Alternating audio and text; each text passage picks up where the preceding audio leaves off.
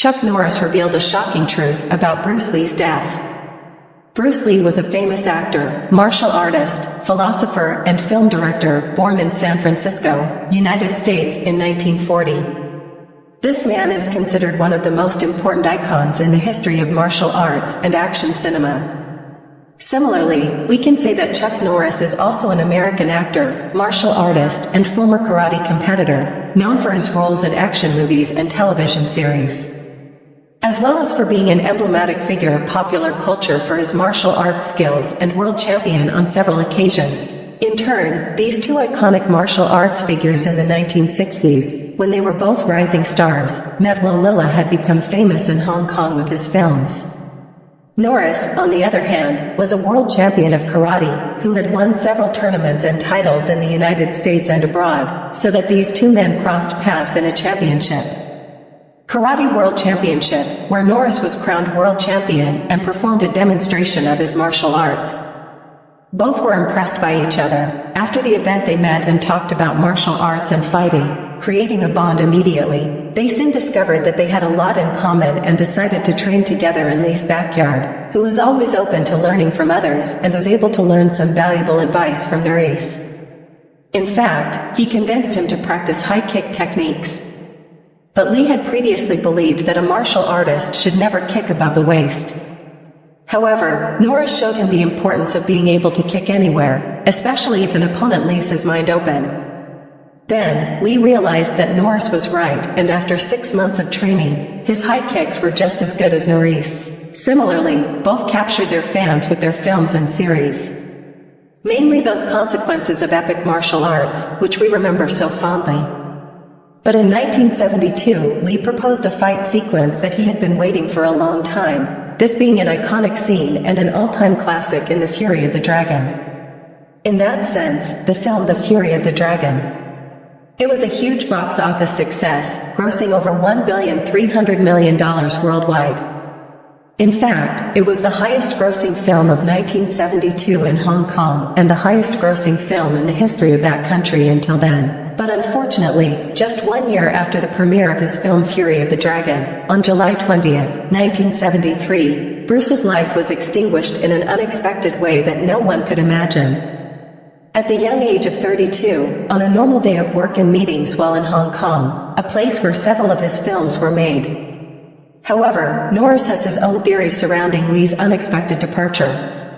In an interview, Norris, who knew Lee and his health problems well, mentioned that Lee injured his back in 1968 while lifting weights, which led to AA surgery despite medical recommendations to rest. Lee continued to train hard, pushing his body to the limit. Norris also noted that Lee had a fast metabolism and was always looking to gain weight and muscle, consuming protein and supplements to boost his energy. In addition, he drank large amounts of water to flush toxins out of his body. In this way, Norris mentioned that Lee was obsessed with injections and always sought to be the best of everything. While filming a movie in Hong Kong, Lee took medication for his headache and back pain, which reacted negatively, causing swelling in his brain and resulting in his departure. In turn, according to Norris, that night when the Lee light went out, he was in Hong Kong, preparing for his next film, Game of Death.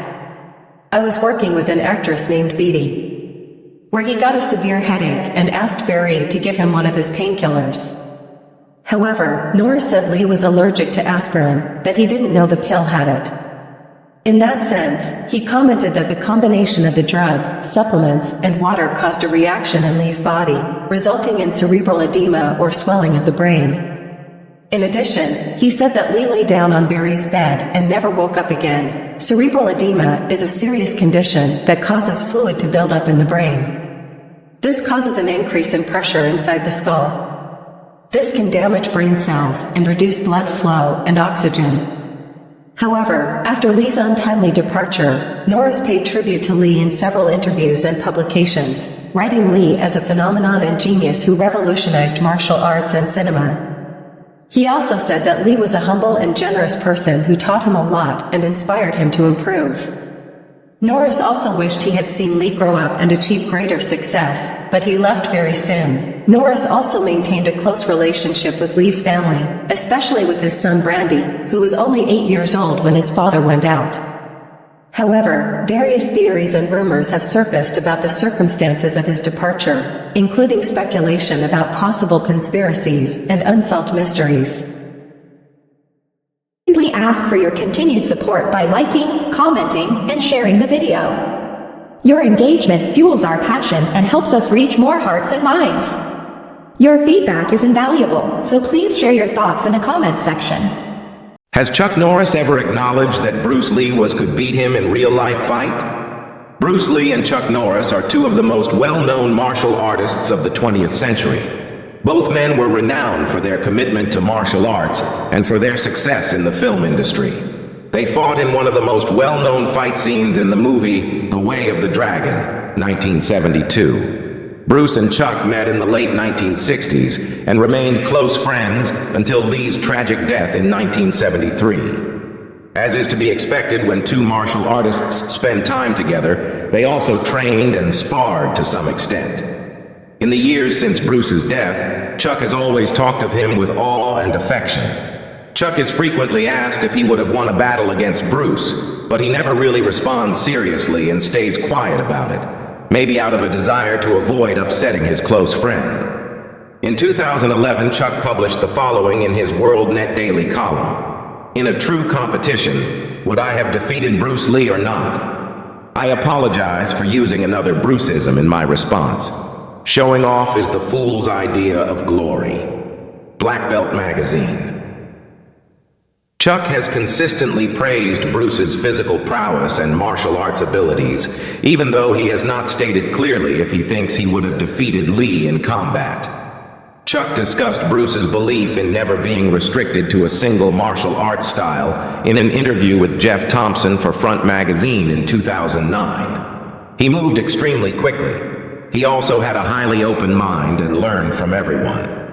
Bruce felt that there were numerous best styles of things, and never thought that there was only one finest style. He claimed that everything had advantages and disadvantages, and his goal was to identify and capitalize on the advantages, exchanging knowledge and ideas. In his 2011 World Net Daily piece, Chuck wrote on Bruce once more, praising both his physical prowess and his martial arts abilities.